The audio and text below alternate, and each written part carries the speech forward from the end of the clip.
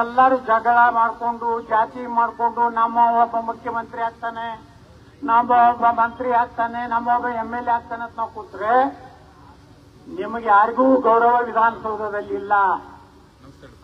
ವಿಧಾನಸೌಧ ಇವತ್ತು ನಾನು ನೋಡ್ತಾ ಇದ್ದೀನಿ ಯಾವ ರೀತಿ ವಿಧಾನಸೌಧ ಆಗಿದೆ ಅಂದ್ರೆ, ಮೇಲೆ ಗ್ಯಾಲರಿ ಹತ್ತಿದೆ. ಆ ಗ್ಯಾಲರಿಯಲ್ಲಿ ನೋಡ್ಬಿಟ್ರೆ ಇದು ಕರ್ನಾಟಕ ವಿಧಾನಸಭೆಯೋ ಅರಬಸ್ತಾನದ ವಿಧಾನಸಭೆಯೋ ಅನ್ನಂಗ ಗಾಡಿಗಳು ಬುರ್ಕಾಗಳೇ. ನೀವು ಅಂದಾಜು ಮಾಡ್ರಿ, ವಿಧಾನಸಭೆಯ ಒಳಗೆ ಪೊಲೀಸರು ಐಡೆಂಟಿ ಕಾರ್ಡ್ ಅನ್ನು ಕೇಳಿದ್ರೆ, ಯಾವಾಗಲೂ ನಿನ್ನ ಪರಿಚಯ ಪತ್ರ ಕೇಳಿದ್ರೆ ಪೊಲೀಸರಿಗೆ ಧಮಕಿ ಹಾಕ್ತಾರೆ, ಅವ್ರ ಮೇಲೆ ಪೊಲೀಸರ ಮೇಲೆ ಕೈ ಮಾಡುವಂತ ಪ್ರಯತ್ನ ಮಾಡ್ತಾರೆ. ಆದ್ರೆ ಈ ಸರ್ಕಾರ ಈ ದೇಶ ವಿರೋಧಿ ಪಾಕಿಸ್ತಾನದ ಪರವಾಗಿ ಘೋಷಣೆ ಕೊಟ್ಟರು ಸಹ ಈ ರಾಜ್ಯದ ಮುಖ್ಯಮಂತ್ರಿ, ಗೃಹ ಮಂತ್ರಿ, ಉಪಮುಖ್ಯಮಂತ್ರಿ ಅವರು ಪಾಕಿಸ್ತಾನ ಜೈಕಾರ ಹಾಕಿಲ್ಲ. ಅವರು ಆ ಒಬ್ಬ ರಾಜ್ಯಸಭಾ ಗೆದ್ದವನಿಗೆ ಜೈಕಾರ ಹಾಕಿದಾರಂತ ಸುಳ್ಳು ಹೇಳುವಂತ ಒಬ್ಬ ಗೃಹ ಮಂತ್ರಿಗಳು ನಮ್ಮ ರಾಜ್ಯದಲ್ಲಿದ್ದಾರೆ. ಪಾಪ ಅವ್ರಿಗೇನೂ ಗೊತ್ತಿಲ್ಲ. ನೀವೇನ್ ಸುಡುಗಾರಿಕೆ 7 ಕೋಟಿ ರೂಪಾಯಿ ಹಗಲು ತರುಣೆ ಆಗಿದೆ ಬೆಂಗಳೂರಲ್ಲಿ. ಮಾಧ್ಯಮದವ್ರು ಕೇಳಿದ್ರೆ ನನ್ಗೆ ಗೊತ್ತಿಲ್ಲ, ಪರಿಶೀಲಿಸ್ತೇನೆ, ಅಧಿಕಾರಿಗಳಿಂದ ಮಾಹಿತಿ ತಗೊಂಡು ಮಾತಾಡ್ತೇನೆ. ಈ ಗೃಹ ಮಂತ್ರಿ ಸ್ಥಿತಿ ಗೊತ್ತಿಲ್ಲ. ಇವತ್ತು ಹಿಂದೂಗಳು ನೋಡ್ರಿ, ನಮ್ಮ ಸಿದ್ದರಾಮಯ್ಯನವರು ಹೇಳ್ತಾರೆ ಕನ್ನಡ ಶಾಲೆಗಳ ಪುನಶ್ಚೇತನಕ್ಕೆ, ಕನ್ನಡ ಶಾಲೆಗಳ ಶಿಕ್ಷಕರ ನೇಮಕಕ್ಕೆ ಸರ್ಕಾರದಲ್ಲಿ ದುಡ್ಡು ಇಲ್ಲ. ಆದ್ರೆ ಇದೇ ಮುಖ್ಯಮಂತ್ರಿ ಹೇಳ್ತಾರೆ ಮದ್ರಸಾಗಳಿಗೆ, ಉರ್ದು ಶಾಲೆಗೆ ಎಷ್ಟು ಬೇಕಾದಷ್ಟು ನಾನು ದುಡ್ಡು ಕೊಡ್ಲಿಕ್ಕೆ ತಯಾರಿದ್ದೇನೆ. ನೀವು ವಿಚಾರ ಮಾಡ್ರಿ. ನಾವು ಸಂತೋಷ ಪಡ್ತಾ ಇದ್ದೇವೆ. ಸಿದ್ದರಾಮಯ್ಯನವರು ನಮ್ಮ ಕುರಿಗಾಯಿಗಳಿಗೆ 5 ಲಕ್ಷ ರೂಪಾಯಿ ಸಬ್ಸಿಡಿ ಕೊಡ್ತೀನಿ ಅಂತಿದ್ರೆ ನಾವೆಲ್ಲ ಸಂತೋಷ ಪಡ್ತಾ ಇದ್ವಿ, ನಮ್ಮ ಹಿಂದೂಗಳಿಗೆ ಸಿಕ್ಕಂಗ ಆಗ್ತಂತೇಳಿ. ಆದ್ರೆ ಆ ಮನುಷ್ಯನ ಬಳಿ ಎಲ್ಲಿವರೆಗೆ ಬಂದಾರೆ ಕೀಳುಮಟ್ಟಕ್ಕಂದ್ರೆ, ಮೊದಲು ಏನ್ ಹೇಳ್ತಾ ಇದ್ರು, ಮುಂದಿನ ಜನ್ಮ ಏನಾದರೂ ಇದ್ದರೆ ನಾನು ದಡ್ಡ ಬಿಡ್ತಿದ್ದೆ ಇತ್ತು. ಈಗ ಅದು ಮಾತ್ರ ಚೇಂಜ್ ಮಾಡ್ಯಾರ. ಈಗ ನಾವು ಮುಸ್ಲಿಂ ಆಗಿನ ತಿಳ್ಕೊಂಡ್ಬಿಡಿ. ಹಂಗಾದ್ರೆ ನೀವೆಲ್ಲ ಹಿಂದೂಗಳು ಎಂತ ವ್ಯಕ್ತಿಗೆ ವೋಟ್ ಹಾಕ್ತೀರಾ? ಯಾವ ವ್ಯಕ್ತಿ ತಾ ಹುಟ್ಟಿದ ಸಮಾಜದ ಬಗ್ಗೆ ಗೌರವ ಇಲ್ಲ, ತಾ ಹುಟ್ಟಿದ ಸಮಾಜದ ಜನರ ಬಗ್ಗೆ ಗೌರವ ಇಲ್ಲ, ಅಂತ ವ್ಯಕ್ತಿ ಇವತ್ತು ರಾಜ್ಯದ ಮುಖ್ಯಮಂತ್ರಿ. ಬಂಧುಗಳೇ, ನಾವು ಜಾಗೃತಿ ಆಗ್ತಿದ್ರೆ ಬಿಹಾರದಲ್ಲಿ ಮೊನ್ನೆ ಚುನಾವಣೆ ಆಯ್ತು. ಅಲ್ಲಿ ಯಾದವ್ ಅವರು ಬಹಳ ದೊಡ್ಡ, ಹೆಂಗ ನಾವು ಒಕ್ಕಲಿಗರು ಇಲ್ಲಿ ಈ ಭಾಗದಲ್ಲಿ ಅದೀವಿ, ಹಳೆ ಮೈಸೂರು ಭಾಗದಲ್ಲಿ, ಅಲ್ಲಿ ಯಾದವ ಅಂದ್ರೆ ದೊಡ್ಡ ಜನಾಂಗ. ಲಾಲೂ ಪ್ರಸಾದ್ ಯಾದವ್, ಮುಲಾಯಂ ಸಿಂಗ್ ಯಾದವ್, ಇಷ್ಟು ವರ್ಷ ಏನ್ ಮಾಡ್ಕೊಂಡು ಬಂದ್ರು ಅವರು? MY ಮಾಯ್. ಎಂ ಅಂದ್ರೆ ಮುಸ್ಲಿಮು, ವಾಯ್ ಅಂದ್ರೆ ಯಾದವ್. ಅವೆರಡು ಕಾಂಬಿನೇಷನ್ ಮಾಡಿ ಯಾರು ದಲಿತರನ್ನು ಕೇಳ್ತಿರ್ಲಿಲ್ಲ, ಯಾರು ಓಟ್ ಕೇಳ್ತಿರ್ಲಿಲ್ಲ. ಸುಮಾರು 20-25 ವರ್ಷ ಬಿಹಾರವನ್ನ ಲೂಟಿ ಮಾಡಿ, ಕನಿಷ್ಠ ಎಲ್ಲಿವರೆಗೆ ಲೂಟಿ ಮಾಡಿದ್ರಂದ್ರೆ ನಮ್ಮ ಗೋಮಾತೆಗೆ ಹಾಕುವಂತ ಮೇವನ್ನು ಸಹ ಲೂಟಿ ಮಾಡಿ ತಿಂದ್ಬಿಟ್ರು. ಅಂದಾಗ ಜನ ಇವತ್ತು ಪರಿವರ್ತನೆ ಮಾಡಬೇಕಾದ್ರೆ ನೋಡಿ, ನಾವು ಗ್ಯಾರಂಟಿದಿಂದ ಹೋದ್ ಹಾಕ್ತೀವಿ ಕರ್ನಾಟಕದಲ್ಲಿ. ಕಾಕಾ ಸಾಬನ ಮನೆಗೂ ಫ್ರೀ, SC ಮಾದೇವಪ್ಪನ ಮನೆಗೂ, DK ಶಿವಕುಮಾರ್ ಮನೆಗೂ, ನನ್ನ ಹೆಂಡತಿಗೂ, ಅಲ್ಲಿ DK ಶಿವಕುಮಾರ್ ನಾಗಮಂಗಲಕ್ಕೆ ಹೋಗಲಿಕ್ಕೆ, ಅತ್ತೆ ಮನೆಗೆ ಹೋಗ್ಲಿಕ್ಕೆ, ಬೆಂಗಳೂರಿಗೆ ಹೋಗ್ಲಿಕ್ಕೆ, ಏನದು ಗಂಡನ ಮನೆಗೆ ಹೋಗ್ಲಿಕ್ಕೆ ಫ್ರೀ ಫ್ರೀ ಫ್ರೀ ವೋಟ್ ಹಾಕಿದ್ರೆ ಇವತ್ತೇನಾಗಿದೆ? ಏನಾಗಿದೆ ಕರ್ನಾಟಕ ಸರ್ಕಾರ ಜಾಸ್ತಿ ಆಗೋಯ್ತು. ಇನ್ನೊಂದು ಸ್ವಲ್ಪ ದಿವಸ ಹೋದ್ರೆ ರಾಜ್ಯದಲ್ಲಿ ಸಂಬಳ ಕೊಡ್ಲಿಕ್ಕೆ ದುಡ್ಡು ಇರುವುದಿಲ್ಲ, ಎಲ್ಲ ಫ್ರೀ. ಒಂದು ಸರ್ಕಾರಿ ನೌಕರರು ಫ್ರೀ, ಅವರು ಪುಕ್ಕಟಿ ಕೆಲಸ ಮಾಡಬೇಕು ಫ್ರೀ. ಇಂಥ ದರಿದ್ರ ಸರ್ಕಾರ ಇವತ್ತು ಈ ರಾಜ್ಯದಲ್ಲಿ 2,13,000 ಸರ್ಕಾರಿ ಹುದ್ದೆಗಳು ಖಾಲಿ ಇವೆ. ಪೊಲೀಸ್ ಇಲಾಖೆಯಲ್ಲಿ 18,000 ಉದ್ಯೋಗ ಖಾಲಿ ಇವೆ. ಇವತ್ತು ಪೊಲೀಸ್ ಇಲಾಖೆ ಎಷ್ಟು ಸದೃಢ ಆಗಿರ್ತದೆ, ಎಷ್ಟು ಸ್ಟ್ರಾಂಗ್ ಇರ್ತದೆ, ಆ ಕಾನೂನು ವ್ಯವಸ್ಥೆ ರಾಜ್ಯದಲ್ಲಿ ಇರ್ಲಿಕ್ಕೆ ಸಾಧ್ಯ ಇದೆ. ಇವತ್ತು ನೋಡ್ರಿ, ಇವತ್ತು ಬೆಂಗಳೂರಿನಂತ ಸುರಕ್ಷಿತ ನಗರದಲ್ಲಿ 7 ಕೋಟಿ ರೂಪಾಯಿ ಹಗಲು ದರೋಡೆ ಮಾಡ್ತಾರೆ. ನಮ್ಮ ಗೃಹ ಮಂತ್ರಿಗಳು ಹೇಳ್ತಾರೆ ಇಲ್ಲ, ಸ್ವಲ್ಪ ಸುಳಿವು ಸಿಕ್ಕಿದೆ. ಇವತ್ತು ಹಿಂದೂಗಳ ಕಸೋಲೆ, ಹಿಂದೂಗಳ ದೇವಸ್ಥಾನಗಳ ಮೇಲೆ ಮೈಕ್ ಹಚ್ಚಲಿಕ್ಕೆ ಪೊಲೀಸರು ಪರ್ಮಿಷನ್ ತಗೋಬೇಕು. ಗಣಪತಿ ಕೂಡಿಸಬೇಕಾದ್ರೆ ಪರ್ಮಿಷನ್ ತಗೋಬೇಕು. ಕಾರ್ಪೊರೇಷನ್, ಗ್ರಾಮ ಪಂಚಾಯತಿ, ಮುನ್ಸಿಪಾಲಿಟಿ, ಪೊಲೀಸ್ ಸ್ಟೇಷನ್, ಈ ಕಡೆ ಬೆಸ್ಕಾಂ ಅಂತಾನೆ ಬೆಸ್ಕಾಮು, ಇವರೆಲ್ಲರೂ ಅಲ್ಲಿಂದ ಒಂದು ಶಾಂತಿ ಸಭೆ ಪೊಲೀಸರ ಕಚೇರಿಯಲ್ಲಿ. ಇದು ಹಿಂದೂಗಳಿಗಷ್ಟೇ, ರಂಜಾನ್ದಲ್ಲಿ ಶಾಂತಿ ಸಭೆ ಇಲ್ಲ. ಹಿಂದೂಗಳಿಗೇ ಹೇಳೋದು ಪೊಲೀಸರು ಶಾಂತವಾಗಿ ಹೋಗಬೇಕು, ಜೋರು ಕೂಗಬಾರದು. ಯಾವುದೇ ರೀತಿ ಡಿಜೆ ಇಷ್ಟೇ ಪ್ರಮಾಣದಲ್ಲಿ ಡಿಜೆ ಈ ಪ್ರಮಾಣದಲ್ಲಿ ಹಚ್ಚಬೇಕು, ಇಷ್ಟೇ ಕುಣಿಬೇಕು. DGIGPಯಿಂದ ಸರ್ಕ್ಯುಲರ್ 21 ಅಂಶಗಳ ಗಣಪತಿ ಬರ್ತಾ ಇದೆ. ಹಿಂದೂಗಳ ಗಣಪತಿ ಬರುವುದರಿಂದ ಆಯಾ ಪೊಲೀಸ್ ಠಾಣೆ ಅಧಿಕಾರಿಗಳು ಕಟ್ಟುನಿಟ್ಟಾಗಿ ಪಾಲಿಸಬೇಕು. ಮುಂಜಾನೆ ನಾ ಕೇಳಿದ ಮೊನ್ನೆ ವಿಧಾನಸಭೆಯೊಳಗೆ ನಮ್ಮ ಮುಖ್ಯಮಂತ್ರಿಗೆ, ಸನ್ಮಾನ್ಯ ಮುಖ್ಯಮಂತ್ರಿಗಳೇ, ಇವತ್ತು ನಿಮ್ಮ DGIGP 25 ಪಾಯಿಂಟ್ಗಳನ್ನು ಹಾಕಿ ನಮ್ಮೆಲ್ಲ ಪೊಲೀಸ್ ಠಾಣೆಗಳಿಗೆ ನೀವು ಸರ್ಕ್ಯುಲರ್ ಕೊಟ್ಟು ಕಳಿಸಿದ್ದೀರಿ. ಅದು ದಿವಸಕ್ಕೆ 5 ಸಲ ಹೊಯ್ಕೋತಾರಲ್ಲ, ಅದಕ್ಕೇನು ಸರ್ಕ್ಯುಲರ್ ಕೊಟ್ಟು ಕಳಿಸಿದ್ರಿ?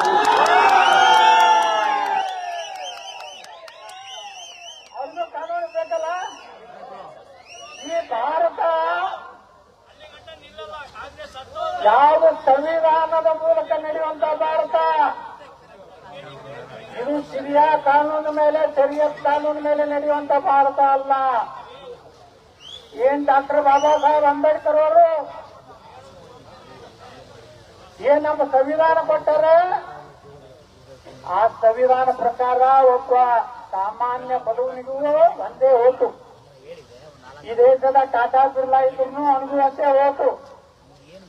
ಅಂತ ಪವಿತ್ರವಾದಂತ ಸಂವಿಧಾನ ಕೊಟ್ಟಂತ ಬಾಬಾ ಸಾಹೇಬ್ ಅಂಬೇಡ್ಕರ್ ಅವ್ರನ್ನ ಇವತ್ತಿಡೀ ಭಾರತದ ಜನ ನೆನಪಿಸ್ಕೋಬೇಕು, ಸ್ಮರಣೆ ಮಾಡಬೇಕು. ಏಪ್ರಿಲ್ 14ಕ್ಕೆ ಜಾತಿ ಮತ ನೋಡದೆ ಅವ್ರ ಮೂರ್ತಿಗೆ ಎಲ್ಲರೂ ಹೋಗಿ ಹಾರ ಹಾಕಿ ಅವ್ರನ್ನ ನಮಸ್ಕಾರ ಮಾಡಿ ಬರಬೇಕು ಬಂಧುಗಳೇ. ಯಾಕಿದೆ ಹೇಳ್ತಾ ಇದ್ದೀನಿ ಅಂದ್ರೆ, ಅವ್ರು ಏನೇನು ಹೇಳ್ಯಾರ ಇವತ್ತು ಸತ್ಯ ಆಗ್ತಾ ಇದೆ. ನಾವು ವಿಧಾನಸಭೆಯಲ್ಲಿ ಹೇಳಿದೆ, ಬಾಬಾ ಸಾಹೇಬ್ ಅಂಬೇಡ್ಕರ್ ಅವರು ಒಂದು ಪುಸ್ತಕ ಬರೆದಿದ್ದಾರೆ, the partition of Pakistan.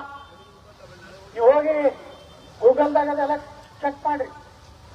Ambedkar ಅವರು ಭಾರತ ಪಾಕಿಸ್ತಾನವನ್ನು 2 ದ್ವಿರಾಷ್ಟ್ರ ಮಾಡುವಂತ ವಿಚಾರದಲ್ಲಿ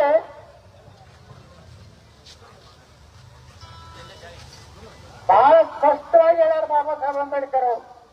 ಅವ್ರು ಏನ್ ಹೇಳಿದ್ರು ಗೊತ್ತಾ, ಈ ಗಾಂಧಿ ನೆಹರು ಅವ್ರು ಹೇಳಿದ್ರು ಮಹಾತ್ಮ ಎಂದು ಅನ್ಬೇಡ ಅಂತ ಹೇಳ್ಯಾರ. ಯಾರಿಗೆ? ಗಾಂಧಿಗೆ. ರಾಷ್ಟ್ರಪಿತ ಅಂದ್ರೆ ಮೊದಲೇ ಅನ್ಬೇಡ ಅಂದ್ರೆ ಯಾರು? ಬಾಬಾ ಸಾಹೇಬ್ ಅಂಬೇಡ್ಕರ್.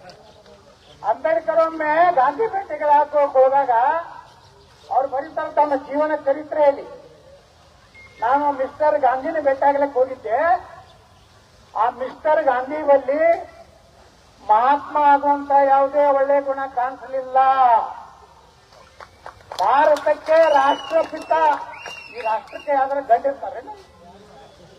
ದೇಶಕ್ಕೆ ಗಂಡ ಯಾರಪ್ಪ ಅಂದ್ರೆ ಅಲ್ಲಿ ಒಳಗುತ್ತಲ್ಲ ಕೇಶವ ಸ್ವಾಮಿ ಅವತಾರ, ಶಿವನ ಅವತಾರ, ವಿಷ್ಣುವಿನ ಅವತಾರ. ನಮ್ಮ ಅವತಾರಗಳೇ ನಮ್ಮ ದೇಶದ ನಮ್ಮ 3 ಮಂದಿ ಅದರಲ್ಲ, ಬ್ರಹ್ಮ ವಿಷ್ಣು ಮಹೇಶ್ವರ. ಈ ದೇಶ ಅದಕ್ಕೆ ಅಂಬೇಡ್ಕರ್ ಹೇಳ್ತಾರೆ, ಭಾರತ ಪಾಕಿಸ್ತಾನ ನೀವು 2 ದೇಶ ಮಾಡುವುದಾದ್ರೆ 1944 ಬರೆದಾರೆ ಅಂಬೇಡ್ಕರ್ ಅವರು. ಏನ್ ಹೇಳ್ತಾರೆ Ambedkar? Mister Gandhi and back ಇದರದಿಂದ ಬಂದಂತ ಮಿಸ್ಟರ್ ನೆಹರು. ಯಾಕಂದ್ರೆ ನೆಹರು ಇವತ್ತು ಹೋಗಿ ಚೂರು ಅಡ್ಡಾಡ್ತಾನ ನಾವು ಭಾರಿ ಹುಚ್ಚ. ಅವನು ಮುಖ್ಯ ಹಾಕೋ ಗೊತ್ತಿಲ್ಲ ನನಗ. ಅದು ನೆಹರು, ಇದು ಗಾಂಧಿ, ಇವೆರಡು ನಕಲಿ ಹೆಸರುಗಳೇ. ಅವಾಗ ಅವ್ರು ಹೇಳ್ತಾರೆ, ಗಾಂಧಿ ವೋಟಿಂಗ್ ಹಾಕ್ತಾರೆ. ಮುಂದೆ ಭಾರತ ಸ್ವತಂತ್ರ ಆದ್ಮೇಲೆ ಯಾರು ಪ್ರಧಾನಮಂತ್ರಿ ಆಗ್ಬೇಕಂತೇಳಿ ಅವಾಗ ಕೇವಲ 15 ಪ್ರಾಂತಗಳಿತ್ತು ನಮ್ಮ ದೇಶನಾಗ. ಎಷ್ಟು? 15. ಸರ್ದಾರ್ ವಲ್ಲಭಭಾಯ್ ಪಟೇಲ್ರಿಗೆ 14 ವೋಟ್ ಬಿಟ್ಟು ನೆಹರುಗೆ ತಂದು ಒಂದೇ ವೋಟ್ ಹಾಕೋಣ. ಪ್ರಧಾನಮಂತ್ರಿ ಯಾರಾದ್ರು ಇವತ್ತಿನ ನಾಯಕ ಇವರಿಗೆ ಹೋಗ್ಚೂರವ್ರಿಗೆ ಮೊದಲ ನಿಮ್ಮ ಮುದ್ದೆ ಏನ್ ಮಾಡ್ಯಾನ ಅನ್ನೋದು ಈ ದೇಶದ ಜನರ ಮುಂದೆ ಹೇಳು.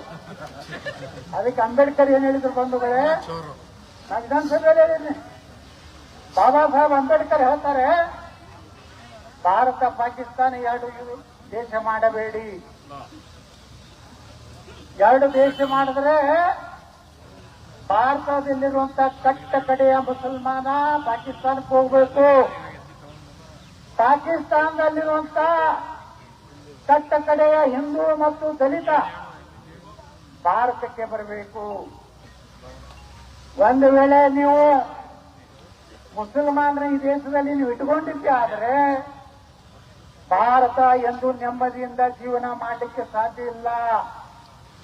ಇಸ್ಲಾಂ ಧರ್ಮದಲ್ಲಿ ಮತ್ತೊಂದು ಧರ್ಮದವ್ರನ್ನ ಸಹೋದರತ್ವದಿಂದ ನೋಡುವಂತಹದ್ದು ಅವ್ರ ಧರ್ಮದಾಗನೇ ಬರೋದಿಲ್ಲ.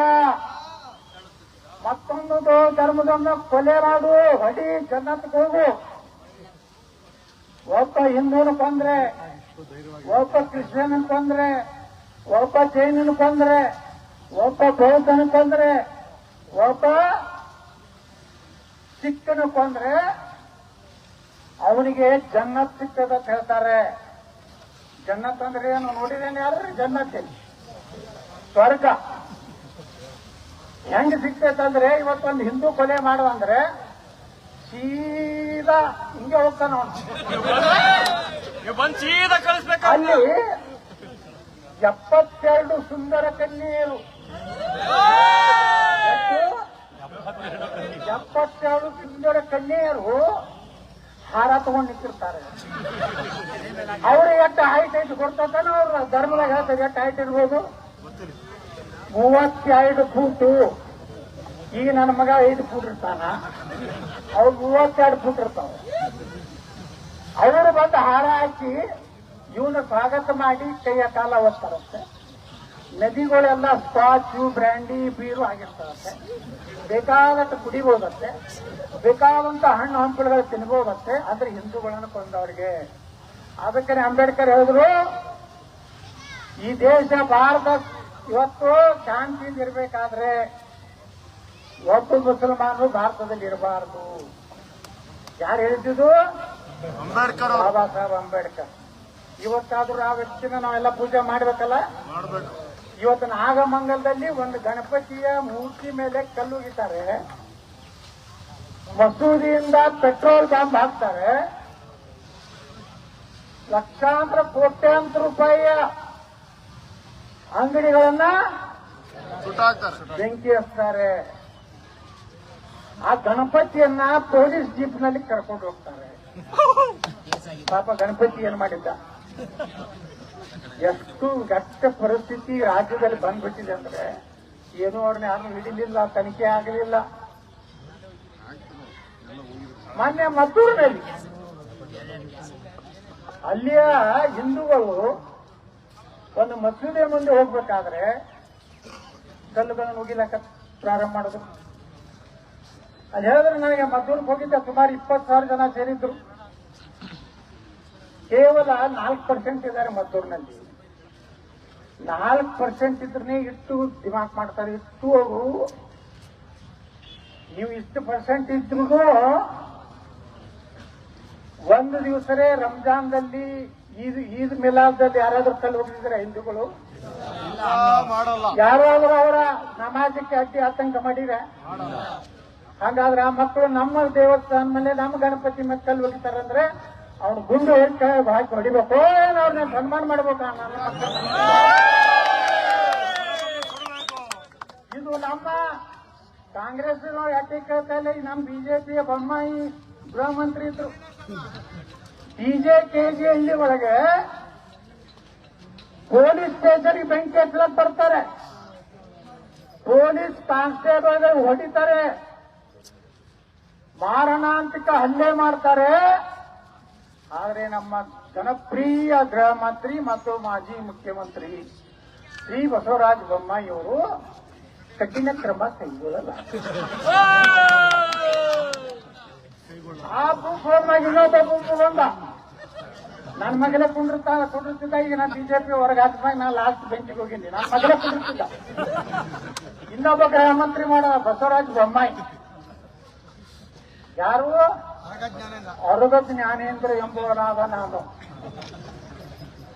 ಕೇಳಿದೆ. ನನ್ನ ಮಗಲು ಕುಂಡಿರ್ತಿದ್ದ, ನೀನು ಗೃಹ ಮಂತ್ರಿ ಆಗಲಿಕ್ಕಂದ್ರೆ ಸುಮ್ಮ ಅರಣ್ಯ ಇಲಾಖೆ ತುಂಬ ಹೋಗು, ನೀನು ಕೊಡುವಾಗ ಇಲ್ಲ ಎತ್ತಾಡ್ರಿ ಯಾವ ಪೊಲೀಸ್ ಎತ್ತಿದ್ರು ನಾನು ಮಾತಿರ್ತೀನಿ. ಮತ್ತೆ ಎದಕ್ಕೆ ಬಿಸಿಲಾಕಿದ್ದೆ ಮಾತು ನಾನು ಮಾತಾಡಕ್ಕೆ ಎದಕ್ಕೆ ಬಿಸಿಲಾಕೈತಿ? ಯಡಿಯೂರಪ್ಪನಿಗೆ ಚಮಚಗಿರಿ ಮಾಡ್ಲಕ್ಕದಿ. ಯಡಿಯೂರಪ್ಪನ ಎಲ್ಲ ಕೇಸ್ಗಳು ಹೊರಗೆ ತೆಗಿಬೇಕಲ್ಲ ಗೃಹ ಮಂತ್ರಿ ಕೆಲಸ ಏನು? ಮುಂಜಾನೆ ಯಡಿಯೂರಪ್ಪನ ಮನೆಗೆ ಹೋಗುದು, ಸಲಾಮ್ ಮಾಡೋದು, ವಿಜಯೇಂದ್ರ ಏನು ಮುಗಿಸೋದು, ಬರಲಿ ವಿಜಯೇಂದ್ರ ಜಿ ತೊಳೆದು ಕೊಡೋದು. ಅದ್ರಾಗ ಜ್ಞಾನೇಂದ್ರ ಬಂದ್ರು. ಅವಾಗ ಹುಬ್ಬಳ್ಳಿ ಘಟನೆ ಆಯ್ತು, ಪೊಲೀಸ್ ಸ್ಟೇಷನ್ ಮೇಲೆ ದಾಳಿ ಆಯ್ತು. ಒಬ್ಬ ಮುಲ್ಲಾ ಪೊಲೀಸ್ ಜೀಪ್ ಮೇಲೆ ನಿಂತು ಭಾಷಣ ಮಾಡ್ತಾನೆ, ಬೆಂಕಿ ಹತ್ತಿರ ಪೊಲೀಸ್ ಸ್ಟೇಷನ್ಗೆ ಅಂತೇಳಿ ಹಿಂದೂಗಳನ್ನು ಕೊಲೆ ಮಾಡಿರ್ತಾನೆ. ಒಬ್ಬ ಲೇಡಿ ಕಾನ್ಸ್ಟೇಬಲ್ ಮೇಲೆ ಮೈ ಮೇಲೆ ಹೋಗ್ತಾರೆ. ನಮ್ಮ ಅರಗ ಜ್ಞಾನೇಂದ್ರ ಸ್ಟೇಟ್ಮೆಂಟ್ ಕೊಟ್ಟರು, ಅತ್ಯಂತ ಕಠಿಣ ಕ್ರಮ ಕೈಗೊಳ್ಳಲಾಗಿದೆ. ಅವ್ರದ್ದು ಮುಗೀತಪ್ಪ ಸಾಕು ಸತ್ಯನಾಥ ಹೋಗ್ರತ್ತ ಅನ್ನೋದಕ್ಕ ಈ ನಮ್ಮ ಮಹಾಪುರುಷರು ಬಂದರು. ಯಾರು? Doctor G Parameshwar Saheb. ಅದು ಏನು ಕಠಿಣ ಕ್ರಮ ಅನ್ನೋದು ಬೇಡ ಅಂತ ಹೇಳಿ ಅವ್ರು ನನಗೆ ಗೊತ್ತಿಲ್ಲ ಅಂತಂದ್ರೆ ಕಿರಿಕಿರಿ ಹೋಗ್ಬಿಡ್ತಕ್ಕಂಥ ಅಂದಾಗ ಪೊಲೀಸರ ಮೇಲೇನೆ ಕೈ ಮಾಡ್ತಾರಂದಾಗ, ಪೊಲೀಸರ ಜೀಪ್ ಸುಡ್ತಾರಂದಾಗ ಅವ್ರು ಹೇಳ್ತಾರೆ ಮುಸಲ್ಮಾನರ ಲೀಡರ್ಗಳು ಬಂದು ಬೊಮ್ಮಾಯಿಗೆ ನಾಗಿದ್ದೇವತ್ತು ಬೊಮ್ಮಾಯಿ ಮನೆಯಲ್ಲಿ ನೈ ಸಾಹಬ್ ಹಮಾರ ಮಹಿಳೆ रात को 1 घंटे को कोतंबरी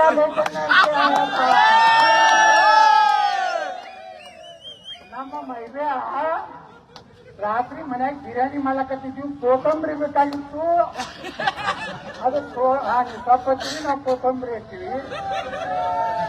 ಅದನ್ನ ತರ್ಲಾಕ ಬಂದಾಗ ಪೊಲೀಸ ಪಕಡ್ಯ ಜೇಲ್ ಮೇಲೆ ಜಾಡ್ಯ.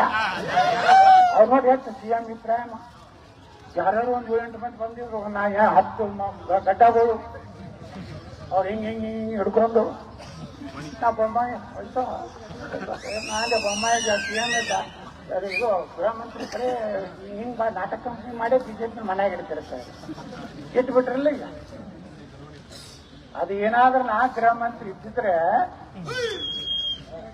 ಕೆಜಿ ಡಿಜೆದಾಗ ಅಲ್ಲಿ ಪೊಲೀಸ್ ಕಮಿಷನರ್ ಬೆಂಗಳೂರಿಗೆ ಹೇಳ್ತಿದ್ದೆ, ಒಂದು 10-15 ಹೊಡೆದು ಅಲ್ಲಿಂದ ನಾನು ಫೋನ್ ಮಾಡು.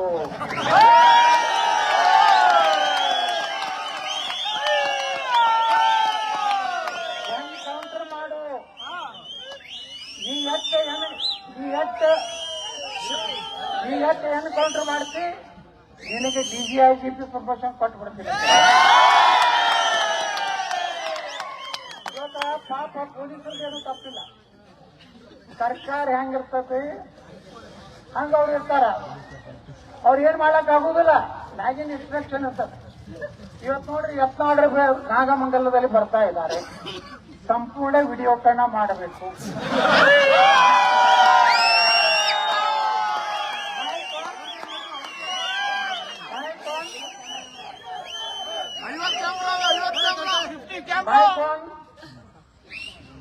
ಅವ್ರ ಮ್ಯಾಚ್ ಚಾರ್ಲಿ ಹೇಳ್ರಿ, ಯತ್ನಾಳ್ ಬರ್ತಾ ಇದ್ದಾನೆ.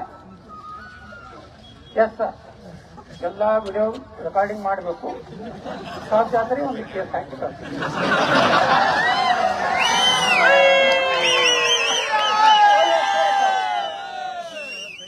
ಅವಾಗ ಪಾಪ ಫೋನ್ ಮಾಡಿ ಹೇಳ್ತಾರೆ ಇಲ್ಲಿ, ಸರ್ ಸಾರಿ ಸರ್, ಏನ್ ಮಾಡೋದು, ಬ್ಯಾಗಿನ ಪ್ರೆಷರ್ ಇದೆ, ಒಂದು ಕೇಸ್ ಹಾಕ್ಬೇಕು.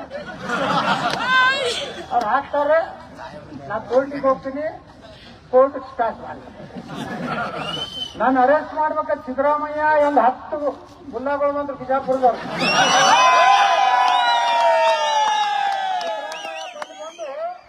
ಒಂದು ಮನೆ ಉಪಯುಕ್ತ ಕೊಟ್ರು, ಏನಂತ, ಯತ್ನಾಳೊಬ್ಬ ಭಯೋತ್ಪಾದಕ,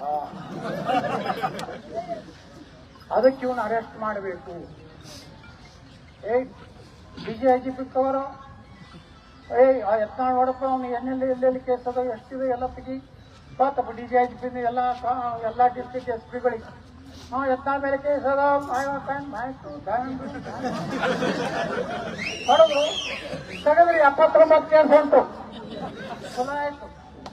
ನಾ ಕೆಲವೊಂದು ದಿನ ಜಾಮೀನು ತಗೊಂಡಿದ್ದಿಲ್ಲ, ಅವೆಲ್ಲ ಲಿಸ್ಟ್ ತಗೊಂಡೆ, ಎಲ್ಲ ಜಾಮೀನು ತಗೊಂಡೆ.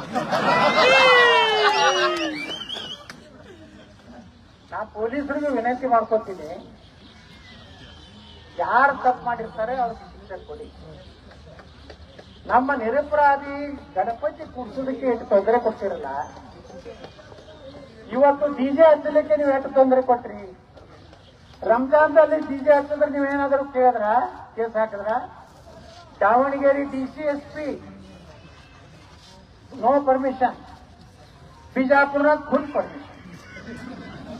ನನ್ನಲ್ಲಿ ಯಾವುದು ಪರ್ಮಿಷನ್ ಇಲ್ಲ ಗಣಪತಿಗಳಿಗೆ. ನನ್ನ ಬಳಿ ಗಣಪತಿಗಳಿಗೆ ಪೊಲೀಸ್ ಸ್ಟೇಷನ್ ಹೋಗುದಿಲ್ಲ. ಗಣಪತಿ ಕೂರ್ಸೋರು ಪೊಲೀಸರು, ಅಲ್ಲಿಯ PSI, ಮುನ್ಸಿಪಾಲಿಟಿ ಕಮಿಷನರ್, ನಮ್ಮ ಏನ್ ಬೆಸ್ಕಾಂದ ಅಧಿಕಾರಿಗಳು ಆ ಸ್ಟೇಜಿಗೆ ಬರಬೇಕು. ನಮಸ್ಕಾರ, ನಾವು ಕರ್ನಾಟಕ ಸರ್ಕಾರದಿಂದ ಬಂದೀವಿ, ನೀವು ಗಣಪತಿ ಎಲ್ಲಿ ಕೂರಿಸ್ತಾ ಇದ್ದೀರಾ, ಇಲ್ಲಿ ಕೂರಿಸ್ತಾ, ಎಷ್ಟು ಸ್ಟೇಜ್ ಹೊಡಿತಾ ಇದ್ದೀರಾ, ₹100 ನೋಡಿ, ₹100 ನೋಡಿ, ನಿಮ್ಗೆ NOC ಕೊಡಲಾಗಿದೆ.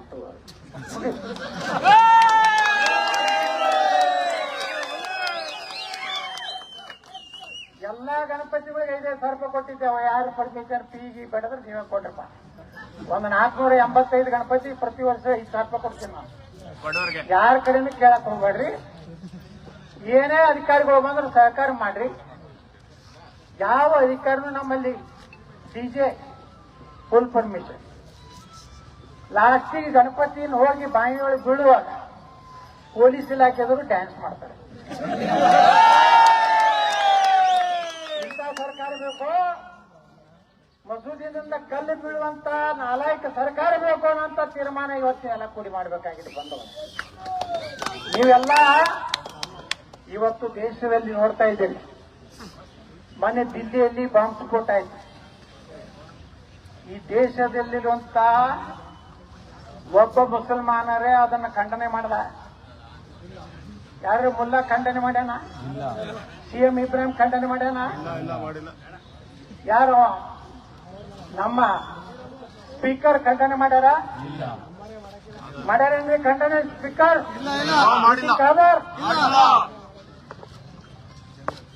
ಇನ್ನೊಬ್ರು ಅದಾರಲ್ಲ, ಖಂಡನೆ ಮಾಡಿದ್ರ? ಮೊನ್ನೆ ಮತ್ತೆ 40 ಮಂದಿ ಬಸ್ ಸುಟ್ಟು ಹಾಕ್ತಿರಲ್ಲ, ಇವರೆಲ್ಲ ತೀವ್ರ ವಿಷಾದ, ಬಹಳ ನೋವಾಯ್ತು. ಆದ್ರೆ ದಿಲ್ಲಿಯಲ್ಲಿ ಸತ್ತಂತ ಜನರ ಬಗ್ಗೆ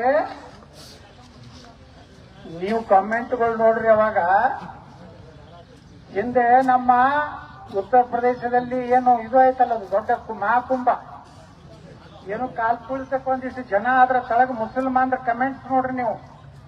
ಸ್ಮೈಲಿಂಗ್, ಟ್ರಂಪ್, ಇನ್ಶಾ ಅಲ್ಲಾ. ಇವತ್ತ ದಿಲ್ಲಿಯಲ್ಲಿ ಆಗಿದ್ದಕ್ಕೆ ಒಬ್ಬ ಮುಸಲ್ಮಾನರ ಕಮೆಂಟ್ ಏನಾದ್ರೂ ಇದೆ ಅದಕ್ಕೆ?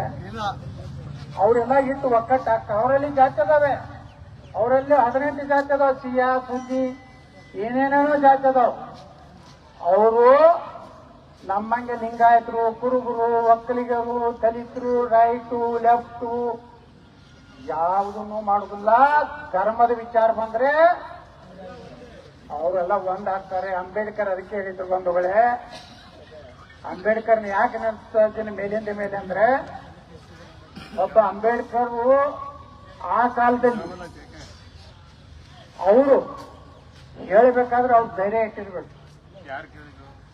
ಹೈದರಾಬಾದ್ ನಿಜಾಮ ಒಮ್ಮೆ ಬರ್ತಾನೆ ಅಂಬೇಡ್ಕರ್ ಹತ್ರ.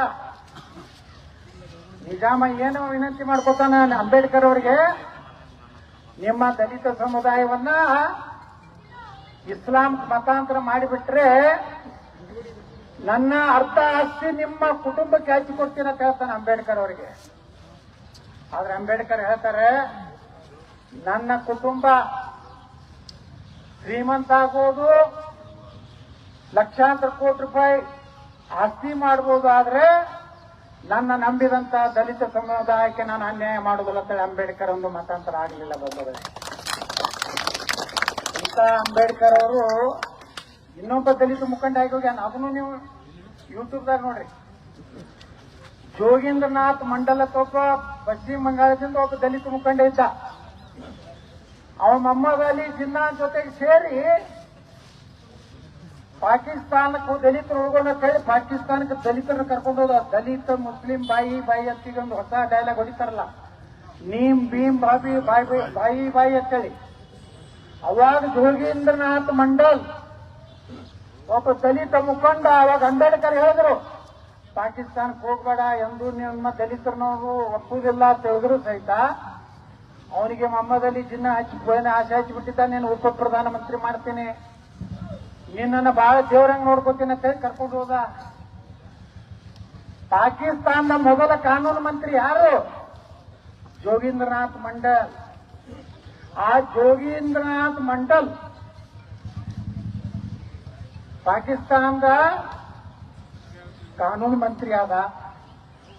ಪಾಕಿಸ್ತಾನದ ದಲಿತರ ಮೇಲೆ ದೌರ್ಜನ್ಯ ನಡೀಲಕತ್ತು, ಕೊಲೆ ಆಗಲಕತ್ತು. ಅವಾಗ ಪ್ರಧಾನಮಂತ್ರಿಗೆ ಹೋಗಿ ಕೇಳ್ತಾನ, ಯಾವ ಕಾನೂನು ಇದ್ರು ಅವರು, ಹಿಂಗ ನನ್ನ ದಲಿತ ಸಮುದಾಯಕ್ಕೆ ಸಿಕ್ಕಾಪಟ್ಟೆ ಮುಸಲ್ಮಾನರು ಹೊಡಿತಾ ಇದ್ದಾರೆ, ನೀವು ರಕ್ಷಣೆ ಕೊಡ್ಬೇಕಂದ್ರ ಅವ ಹೇಳ್ತಾನ, ಮೊಹಮ್ಮದ್ ಅಲಿ ಜಿನ್ನಾ ನಿನಗೆ ಮಾತು ಕೊಟ್ಟಾನ, ನಾ ಕೊಟ್ಟಿಲ್ಲ, ನೀ ಇರಂಗಿದ್ರೆ ಇರು, ಪಾಕಿಸ್ತಾನದಾಗ ಇಲ್ಕಂದು ಬಿಟ್ಟು ಹೋಗತ್ತೆ ಹೇಳ್ತಾನೆ.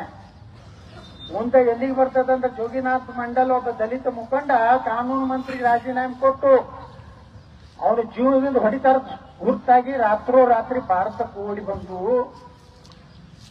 ಕಲ್ಕತ್ತಾದಲ್ಲಿ ಒಂದು ಸ್ಲಮ್ದಲ್ಲಿ ಕೊನೆಯ ದಿವಸಗಳನ್ನ ಕಳೆದು ಸತ್ತು ಹೋಗ್ತಾರೆ. ಇದು ದಲಿತರ ಜೊತೆಗೆ ಆದಂತಹದ್ದು ಮುಸಲ್ಮಾನರ ದಬ್ಬಾಳಿಕೆ. ಅದಕ್ಕೆ ಬಂಧುಗಳೇ, ಜಾತಿ ವ್ಯವಸ್ಥೆಯಿಂದ ನಾವು ಹೊರಗೆ ಬರದೇ ಇದ್ರೆ ನಮ್ಮ ದೇವಸ್ಥಾನಗಳು ಉಳಿಲಿಕ್ಕೆ ಸಾಧ್ಯ ಇಲ್ಲ. ನೋಡ್ರಿ, ಒಂದೊಂದು ಕಡೆ ಹೋದ್ರೆ ನಮ್ಮ ದೇವಸ್ಥಾನ ಮುಂದಿನ ಅಂಗಡಿಗಳು ಎಲ್ಲ ಅವರೇ ಇರ್ತಾರೆ. ನಾವು ಇದಕ್ಕೆ ಹೋಗಿದ್ದೆ, ವೀರಭದ್ರೇಶ್ವರ ದೇವಸ್ಥಾನ ಇದೆ, ಯಾವುದದು ಆಂಧ್ರದಲ್ಲಿ ಇದೆಯಲ್ಲ, ರಾಯಚೋಟಿ. ಆ ರಾಯಚೋಟಿ ದೇವಸ್ಥಾನ ಸುತ್ತಮುತ್ತಲು ಕೋಳಿ ಕುರಿ ಮಾಂಸ ಮಾರುವಂತದ್ದು, ಒಳಗೆ ವೀರಭದ್ರೇಶ್ವರ ತಾನೆ.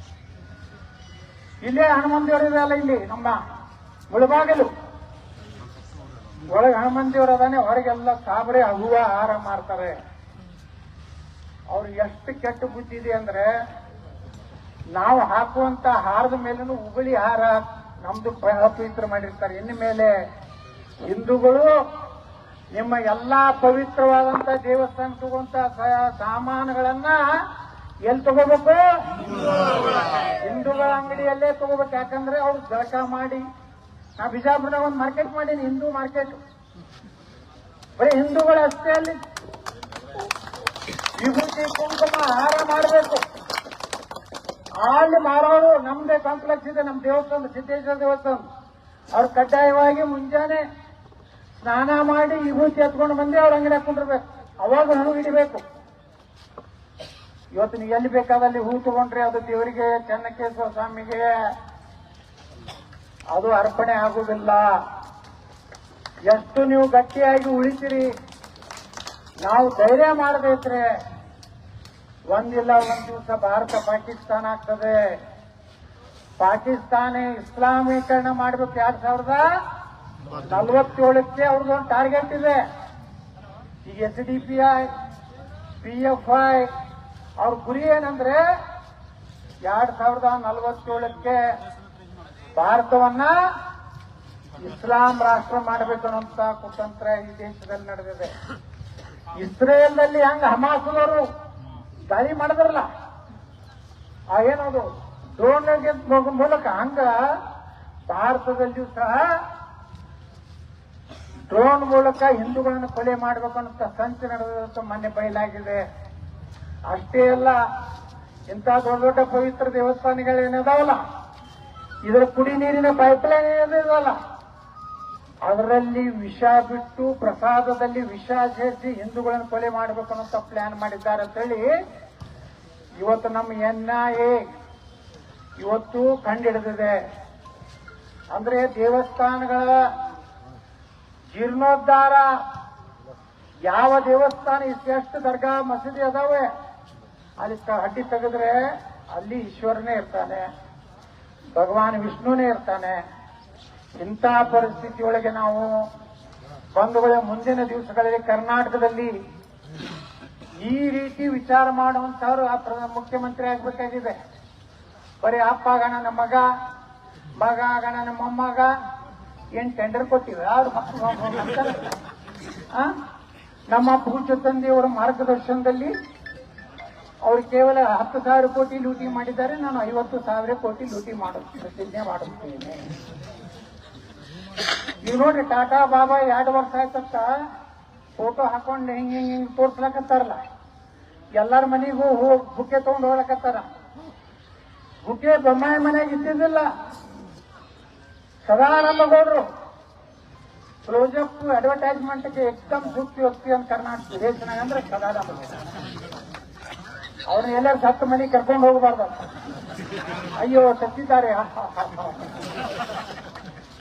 ಅವ್ರ ಮನೆಗೆ ಹೋಗಿದ್ದ ನಮ್ಮ ವಿಜಯೇಂದ್ರ ಹೋಗಿ ಏನ್ ಮಾಡೋದಲ್ಲಿ, ಅವನ ಹಿಂದೆ ಒಂದು ಪಟಾಲಮ್ಮ ಐತಿ, ಅವರೇ ಆ ಶಾಲು, ಅವ್ರದೇ ಹಾರ, ಅವ್ರದೇ ಎಲ್ಲ ಟೋಪಿ ಎಲ್ಲ ತಗೊಂಡು ಹೋಗಿ, ಸರ್ ವಿಜಯೇಂದ್ರ ಜಿ ಅವರು 2 ವರ್ಷ ಆಯ್ತು, ತಮ್ಮ ಆಶೀರ್ವಾದ ಮಾಡೋಕ್ಕಿಲ್ಲ, ಇನ್ನು ಹಾರದ ತರಿಸಿಲ್ಲ, ನೀವು ದಿಢೀರ್ನೆ ಬಂದು, ಇಲ್ಲ ಸರ್ ನಾವೆಲ್ಲ ತಂದೇ ಬಿಟ್ಟಿವಿ ಸರ್.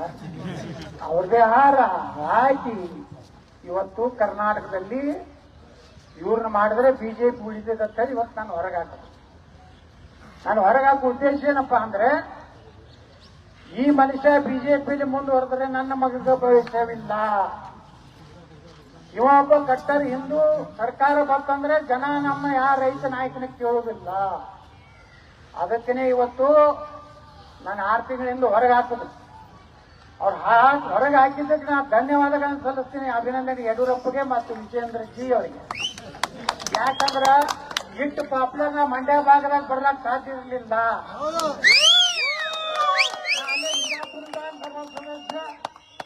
ಅಲ್ಲೇ ವಿಧಾನಸಭೆದಾಗ ಮಾತಾಡೋದು ಕುಂಡ್ರದಾಗ್ತಿತ್ತು. ಇವತ್ತು ಅವ್ರು ಹೊರಗೆ ಹಾಕಿದ್ರಿಂದ ಏನಾಯ್ತು, ಮದ್ದೂರ್ನಾಗ Pratap Simha, CT Ravi, R Ashok, the great opposition party leader of India Karnataka ಏನು ವಾದ ಮಾಡ್ತಾರ್ರಿ ಅವ್ರು ವಿಧಾನಸಭೆ ಒಳಗ. ಆರ್ ಅಶೋಕ್ ಗೆದ್ದು ನಿಂತ್ಕೊಳ್ಳೇನೆ ಸಿದ್ದರಾಮಯ್ಯ, DK ಶಿವಕುಮಾರ್ ತರದವರು ನಡೆದ. ವಿಜಯೇಂದ್ರ ಗೆದ್ದು ನಿಂತ್ಕೊಳ್ಳೇನೆ ಸಿದ್ದರಾಮಯ್ಯ ಓಡಿ ಹೋಗ್ಬಿಡ್ತಾರೆ ಹೊರಗೆ. ಅವ್ರೇನು ಕೇಳ್ತಾರೆ ಗೊತ್ತಂದ್ರೆ, ಸಿದ್ದರಾಮಯ್ಯ ಮತ್ತು ನಮ್ಮ DK ಶಿವಕುಮಾರ್, ವಿಜೇಂದ್ರ ನಮ್ಮ ಭಿಕ್ಷೆ ನಾವು ಕೊಟ್ಟ ಭಿಕ್ಷೆಯಿಂದ ಏನ್ ಮೇಲೆ ಆಗಿದೆ, ಸುಮ್ಮನೆ ಕೊತ್ಕೋ. ಇಲ್ಲ ಸಾಮಾನ್ಯ ಉಪಮುಖ್ಯ ನಿಮ್ಗಂದಿಲ್ಲ, ನಾವು ವ್ಯವಸ್ಥೆ ಬಗ್ಗೆ ಮಾತಾಡ್ತೀವಿ, ನಿಮ್ ಬಗ್ಗೆ ಅಪಾರ ಗೌರವ ಇದೆ ಅಂದಾಗಿದ್ದು ವಿರೋಧ ಪಕ್ಷ ಇರ್ತೀರಿ ರಾಜ್ಯ ಅಂತ. ನನಗೊಮ್ಮೆ DK ಶಿವಕುಮಾರ್ ಹಿಂಗೆ ಮಾಡದ, ಈ ಕಾಂಗ್ರೆಸ್ನಾಗಿದ್ರೆ 2 ನಿಮಿಷನಲ್ಲೇ ನೀನು 10ವರೆಗೆ ಹಾಕ್ತೀನಿ. ನಿನ್ನಂತ ನಾಲಾಯಕ ನನ್ನ ಮಗನ ಪಾರ್ಟಿಯಾಗಿ ನೀ ಯಾರಿಗಾರ ಅಂತಿರ್ಬೋದು, ನನಗೆ ಅಂತಿಸ್ಲಾಕ್ ಬರಬೇಡ ಸರ್. ನಾನು ನಿನ್ನಂತ ತಿರ್ಸಟ್ ಇದೀನಿ ಅಂತ. ತಿರ್ಸಟ್ ಅಂದ್ರೆ ಕ್ರ್ಯಾಕ್, ಕ್ರ್ಯಾಕ್ ಅಂತೀವಿ ನಾವು ತಿರ್ಸಟ್. ಅದಕ್ಕೆ ಬಂಧುಗಳೇ, ಇವತ್ತೇನು ನಾಗಮಂಗಲದಲ್ಲಿ ಇಷ್ಟೊಂದು ಸಂಖ್ಯೆಯಲ್ಲಿ ಏನ್ ನೋಡ್ರಿ, ನಾ ಏನು ಯಾರಿಗೂ ರೊಕ್ಕ ಕೊಟ್ಟಿಲ್ಲ, ಡಾಬಾದಾಗ ಊಟ ಮಾಡಿಸಿಲ್ಲ, ಹಾಕ್ಸಿಲ್ಲ, ವಿಜಯ ಮಲ್ಯಾಂದು ಹಾಕ್ಸಿಲ್ಲ. ಯಾರಿಗಾರ 500 ರೂಪಾಯಿ ಕೊಟ್ಟು ಕರೆ ಅಂಗಡಿ ಮುಂದೆ ಏನಾರು ರೊಕ್ಕ ಕೊಟ್ಟು ಏನಾರು ಜನ ತಂದಿನ? ಇವೆಲ್ಲ ಎದಕ್ ಬಂದಿರಿ ಇವತ್ತು? ಬಂದಿರಿ ನೀವು.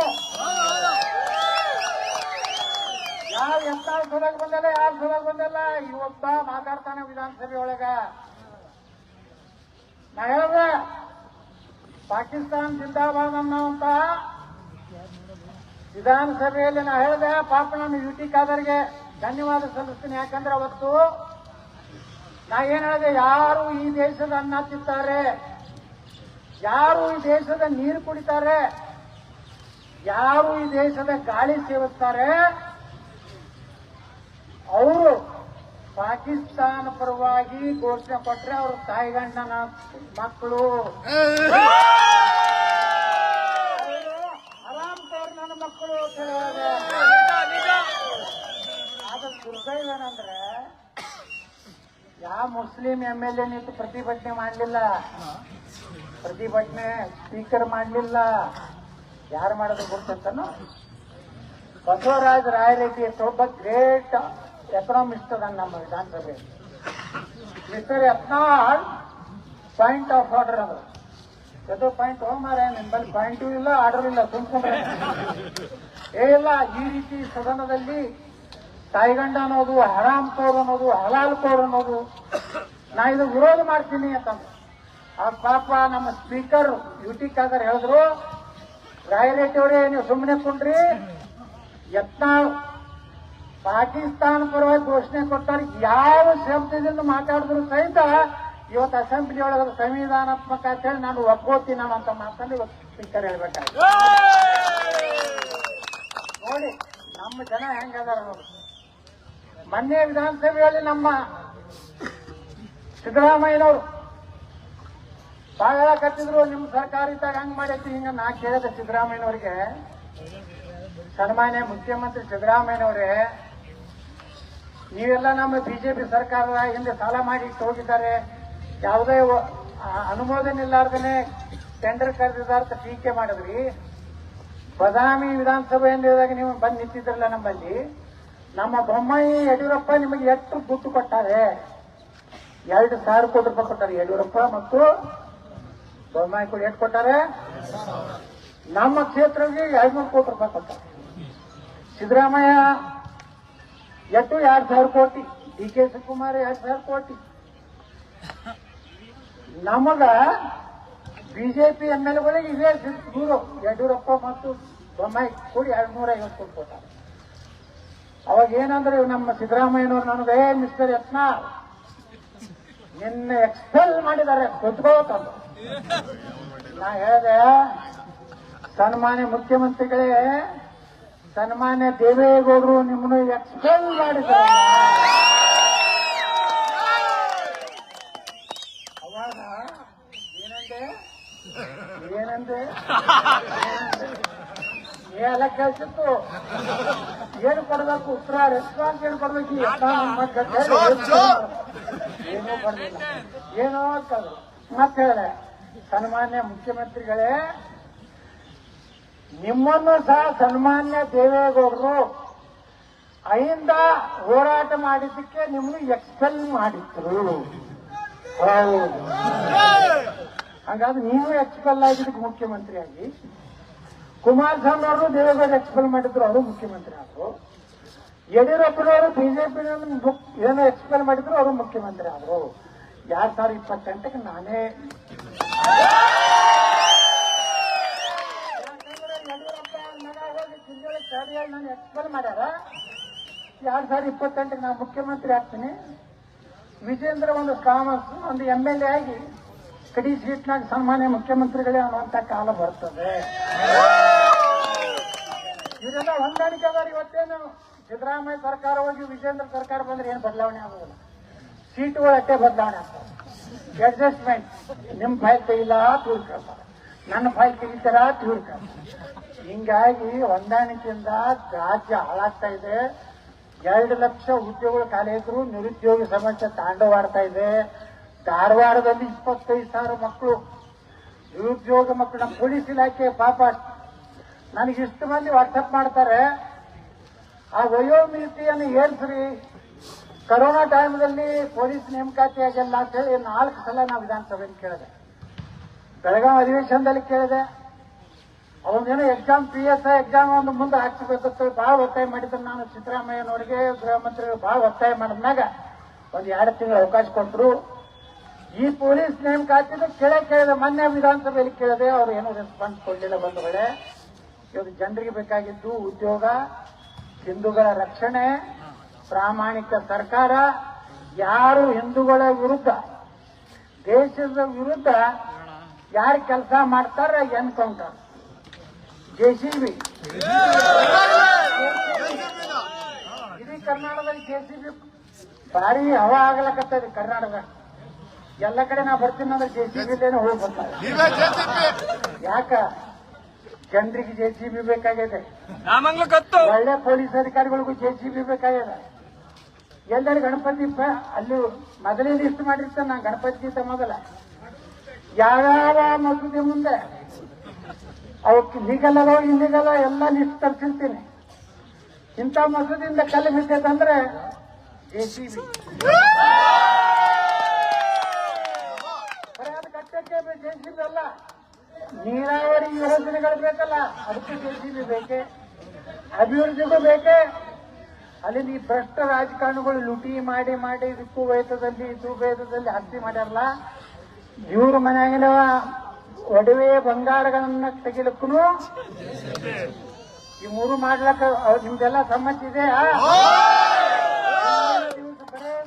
ಬರೇ ಮುಖ್ಯಮಂತ್ರಿ ಬಸನಗೌಡ ರಾಮಗೌಡ ಪಾಟೀಲ್ ಯತ್ನಾಳ್ ಎಂಬುವನಾದ ನಾನು ಕರ್ನಾಟಕದ ಮುಖ್ಯಮಂತ್ರಿ ಅನ್ನೋದ್ರಾಗನೆ ಎಲ್ಲ JCBಗಳು ಹಿಂಗ ವಿಧಾನಸೌಧ 11 JCBಗಳ ಪೂಜೆ.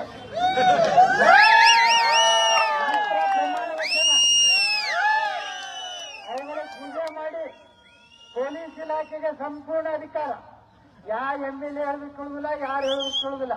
ತಪ್ಪು ಮಾಡ್ಯಾರ ಹೋಗಿ JCB ಹಚ್ಚುದು, ಹೊರತು ತೆಗಿದು. ಎಲ್ಲ ಬ್ರಿಟಿಷ್ ಕಾಲದ ಬಂದೂಕ್ ಇಟ್ಕೊಂಡು ಶಾಕ್ ತುಕ್ಕಿಲ್ಲ. ಎಲ್ಲ AK-47 ಆಗ್ಬೇಕಲ್ಲ ಕರ್ನಾಟಕ. ಯೋಗಿ ಆದಿತ್ಯನಾಥ್ ಸರ್ಕಾರ ಮಾಡಲ್ ಬೇಕಲ್ಲ ಕರ್ನಾಟಕ. ಮಹಾರಾಷ್ಟ್ರದ ದೇವೇಂದ್ರ ಫಡ್ನವೀಸ್ ಸರ್ಕಾರ ಬೇಕೋ ಬೇಡ. ಆಸಾಮದ ಮುಖ್ಯಮಂತ್ರಿ ಹೇಮಂತ್ ವಿಶ್ವಾಸ್ ಸರ್ಕಾರ ಬೇಕೋ ಬೇಡ. ಎಲ್ಲ ನಮ್ಮ ಯುವಕರಿಗೆ ನೌಕರಿ ಬೇಕೋ ಬೇಡ. ಇವತ್ತು ಜಮೀರ್ ಅಹಮದ್ ಖಾನ್ ಮೈನಾರಿಟಿ ಇಲಾಖೆಯಿಂದ 400 ಮುಸಲ್ಮಾನರಿಗೆ ಟ್ರೈನಿಂಗ್ PSI ಟ್ರೈನಿಂಗ್ ಕೊಡ್ಲಕತ್ತಾನೆ. ಅಂಬೇಡ್ಕರ್ ನಿಗಮದಿಂದ ಎಲ್ಲರೂ ದಲಿತರಿಗೆ ಟ್ರೈನಿಂಗ್ ಕೊಡ್ಲಕತ್ತಾರ. ಹಿಂದುಳಿದ ಇಲಾಖೆಯಿಂದ ಎಲ್ಲಾದ್ರೂ ತಮ್ಮ ಹಿಂದುಳಿದ ಸಮಾಜಕ್ಕೆ ಟ್ರೈನಿಂಗ್ ಕೊಡ್ಲಕತ್ತಾರ. ಇವತ್ತು ನೀವು ವಿಚಾರ ಮಾಡ್ರಿ, ದಲಿತರು SC ST ಜನಾಂಗದವ್ರಿಗೆ ಟ್ರೈನಿಂಗ್ ಇಲ್ಲ, ಹಿಂದುಳಿದ ಜನಾಂಗದವ್ರಿಗೆ ಟ್ರೈನಿಂಗ್ ಇಲ್ಲ. ಈ ಮ್ಯಾಗಿನ ಜಾಯ್ತವ್ರನ್ನ ಬಿಟ್ಟು ಬಿಡೋರು ಯಾರು ಹಳಿ ನಾಯಕ್ ಕೇಳಬೇಕಲ್ಲ. ಈ ಜನಾಂಗಗಳಿಗೆ ಟ್ರೈನಿಂಗ್ ಆ ಜಮೀರ್ ಅಹಮದ್ ಖಾನ್ ಎಷ್ಟು ಖತರ್ನಾಕಿರ್ಬೇಕು. 400 ಮುಸ್ಲಿಂ ಹುಡುಗರಿಗೆ ಟ್ರೈನಿಂಗ್ ಕೊಟ್ಟ.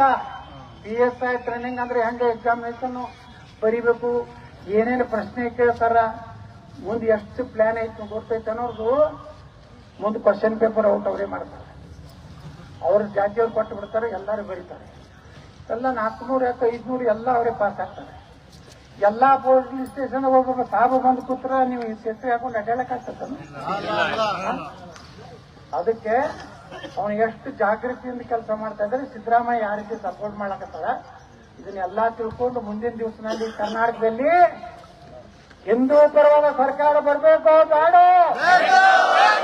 ಅದಕ್ಕೆ ನಿಮ್ಮ ಮತ ಯಾವುದೇ ಜಾತಿ ಜನಾಂಗ ನೋಡ್ಲಾರ್ದಾನೆ. ನಾ ಈ ಕಡೆ ಹಳೆ ಮೈಸೂರದಾಗ ಅಡ್ಡಾಡಕತ್ತೀನಿ ಅನ್ನೋದು ಕೆಲವೊಂದು ಮಂದಿ ನಿದ್ದಲಾಗೈತೆ. ಈ ಯತ್ನಾಳೆ ನಮ್ಮ ಕಡೆ ಯಾಕೆ ಬರ್ತಾ ಇದ್ದಾರೆ? ನಾವು ಅಲ್ಲೇ ದಾವಣಗೆರೆಯಿಂದ ಆ ಕಡೆ ಇರಬೇಕು.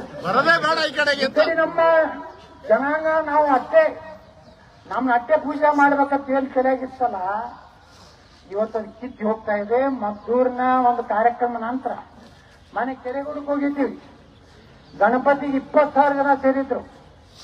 ಎಲ್ಲಿ ಹೋಗ್ತೀವಿ ಇಷ್ಟು ದೊಡ್ಡ ಸಂಖ್ಯೆಯಲ್ಲಿ ಜನ ಸೇರ್ತಾರೆ ಅಂದ್ರೆ ಬಂಧುಗಳೇ, ನೀವೆಲ್ಲ ಜಾತಿ ಬಿಟ್ಟು ಇವತ್ತು ಏನು ನಮ್ಮ ಸೌಮ್ಯಕೇಶ್ವರ ಸ್ವಾಮಿಯ ಈ ಪ್ರಾಂಗಣದಲ್ಲಿ ನಾವೆಲ್ಲ ಪ್ರತಿಜ್ಞೆ ಮಾಡೋಣ. ಮುಂದಿನ ಸಲ ನಾವೆಲ್ಲ ಹಿಂದೂ ಪರವಾದಂತ ವ್ಯಕ್ತಿಗೆ ಓಟ್ ಹಾಕ್ತೇವೆ ಅಂತ ಪ್ರತಿಜ್ಞೆ ಎಲ್ಲರೂ ಕೈ ಎತ್ತೇಳಿ. ಎಲ್ಲರೂ ಹಿಂದೂ ಪರವಾಗಿ ಎಲ್ಲರೂ ಮತವನ್ನ ಹಾಕ್ತೇವೆ. ಯಾವುದೇ ಪಕ್ಷ ನೋಡುದಿಲ್ಲ, ಜಾತಿ ನೋಡುದಿಲ್ಲ. ನಮ್ಮ ಧರ್ಮ ಉಳಿಲಿಕ್ಕೆ ಪರವಾದಂತ ವಿಧಾನಸಭೆಯಲ್ಲಿ ಸರ್ಕಾರ ಬರ್ಬೇಕಂತ ಕೇಳ್ಕೊಂಡು